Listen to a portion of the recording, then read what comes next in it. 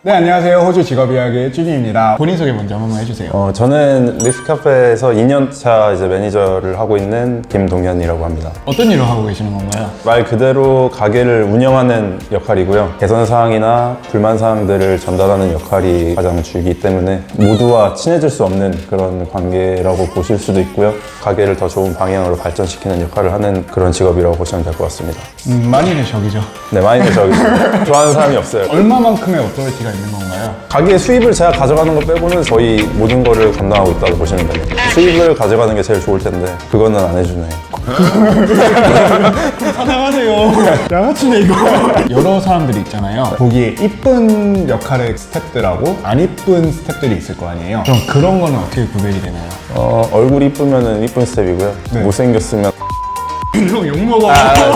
뭐 솔직히 말해서 저는 이쁜 스텝, 안 이쁜 스텝을 구분하고 있지는 않고요. 상황에 따라서 조금 다를 수 있는 게 일을 능률적으로 하는 스텝이 저희 눈에는 좀 이뻐 보일 수 있죠. 뭐 시키지 않아도 자기가 찾아서 하는 스타일이라든지 그런 스텝이 이쁘다고 볼 수 있고, 안 이쁘다기보다는 잔소리를 하게 되는 스텝들은 시켜야만 하는 스타일. 일을 능률적으로 하는 그런 사람들을 더 좋아한다는 거죠. 그렇죠. 왜냐면은 제가 스태프들을 시키는 역할이기는 하지만 카페에는 엄청 많은 일들이 일어나잖아요. 모든 세세한 거를 다 시킬 수는 없거든요. 시키지 않아도 능률적으로 대처할 수 있는 스태프들을 선호합니다. 모두가 다 시간을 원하는 경우가 생길 수도 있잖아요. 네.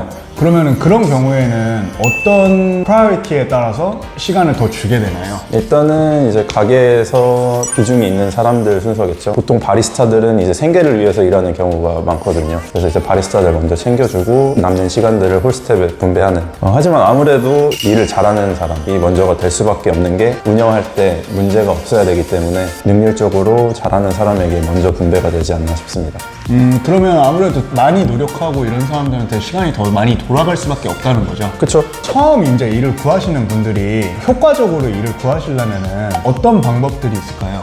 많은 분들이 이거에 대해서 고민을 많이 하시는 것 같은데, 처음 일을 구하실 때 레주메를 이메일로 보내야 되는지 아니면 직접 오셔야 되는지, 저 같은 경우에는 직접 와서 인터뷰를 하고 트라이얼을 하는 거를 중요하게 생각을 하거든요. 왜냐면 레주메 같은 경우는 정확하지가 않아요. 부풀린다든지 아니면 레퍼런스도 뭐 자기 지인을 써가지고 한다든지 이런 경우가 되게 많기 때문에 직접 와서 레주메를 드랍하시고 인터뷰를 요청하시는 게 가장 좋은 방법이라고 생각합니다.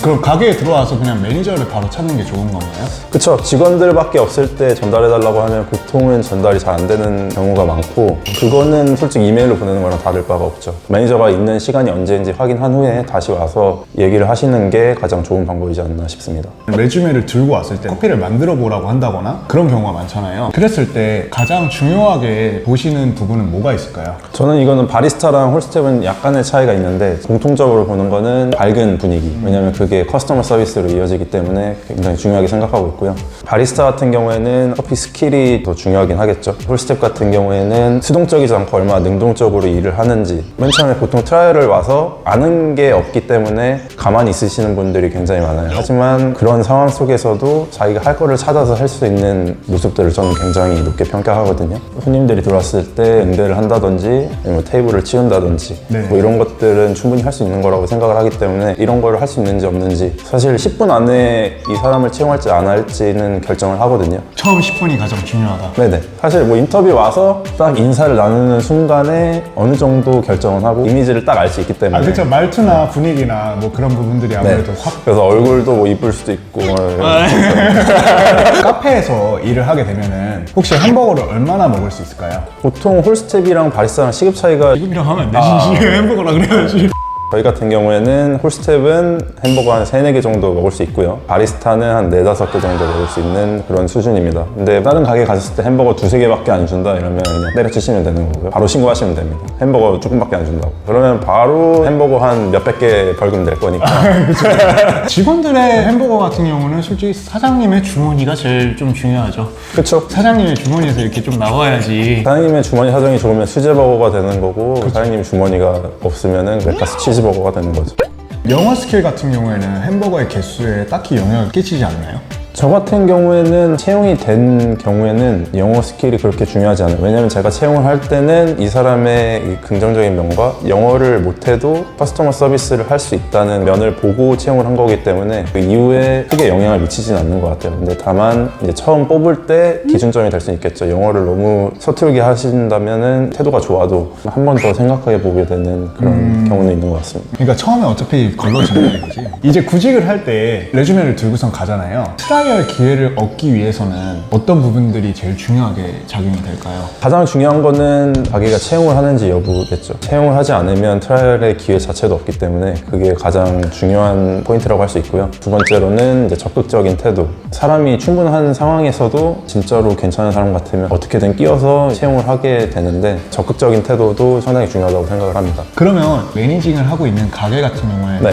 트라이얼 때 햄버거를 딱 먹게 되나요? 트라이얼은 보통 30분 정도밖에 안 하기 때문에 그거에 대한 햄버거는 없고요. 근데 만약에 트라이얼을 했을 때 마음에 든다 하면 저는 바로 트레이닝을 제안을 하거든요. 아, 그날 바로? 네, 제안을 하면 그때부터는 이제 햄버거가 지급이 됩니다. 근데 트라이얼 같은 경우는 2시간에서 3시간 정도 햄버거가 지급되지 않아도 사실 괜찮지 않나요? 네, 법적으로는 그렇긴 합니다. 트라이얼이라고 해놓고 하루 종일 일을 시키는, 맞아. 갑자기 뭐 트레이닝을 시켜가지고 일을 시키는 가게들이 상당히 많아요. 맞아요.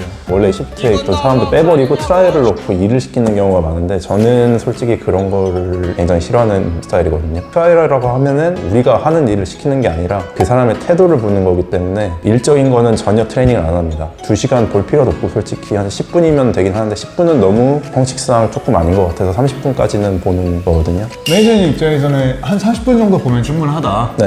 30분 정도 태도와 그 일을 할 수 있는 캐파가 있는지만 보겠다. 네. 새로운 직원을 채용을 할 때 가장 중요하게 생각하는 포인트가 뭘까요? 전체적인 스킬도 중요하겠지만 저는 가장 중요하게 생각하는 거는 호스피탈리티의 핵심인 커스터머 서비스. 뭐 일을 잘하는 게 일을 빨리빨리 잘하고 커피를 잘하고 이런 게 전부가 아니거든요. 호스피탈리티에서는 손님들 행복하게 만들기 위해서 커피를 맛있게 하고 음식을 맛있게 하는 거거든요. 커피와 음식을 맛있게 만들었는데 커스터머 서비스가 엉망이어서 손님이 해피하지 않게 되는 상황이 발생한다면 그거는 말짱 도루묵이거든요. 그래서 커스터머 서비스가 가장 중요하지 않나 싶습니다. 스킬이 좋아도 커스터머 서비스가 기준치에 도달하지 못한다면 채용하지 않는다 이 말씀이시죠. 처음 카페 일을 시작하시는 분들에게 어떤 과정으로 이제 일을 가르쳐 주시고 맡기시는 편이신가요? 손님들이 왔을 때 응대를 하고 음식이나 커피가 나왔을 때 서빙을 하고 이런 거부터 시작을 하고요. 아이스 드링크 같은 거 제일 마지막에 하는 거 오더 받는 거. 왜냐면 오더 받는 게 상당히 복잡하거든요.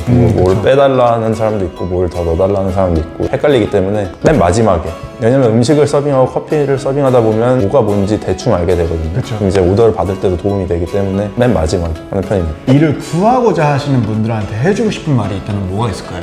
커스터머 서비스에 맞는 성격을 만들어야 됩니다. 저 같은 경우에도 이제 평소에는 말이 그렇게 많은 스타일도 아니고 좀 무뚝뚝한 편이에요. 근데 이제 일을 할 때는 저도 이제 성격을 약간 바꿔서 손님들한테 먼저 다가가려고 하고 그런 성격을 만들고 있거든요. 밝은 성격과 손님한테 먼저 인게이지 할 수 있는 그런 성격들이 가장 중요하다고 생각을 하고요. 프런트 스타프 같은 경우에는 시프트가 엄청 많이 나갈 수는 없어요. 50시간까지 받을 수도 있긴 하지만 100시간 뭐 이렇게 원하시는 분들, 뭐 돈을 목적으로 오시는 분들한테는 조금 부족하지 않나기도 합니다.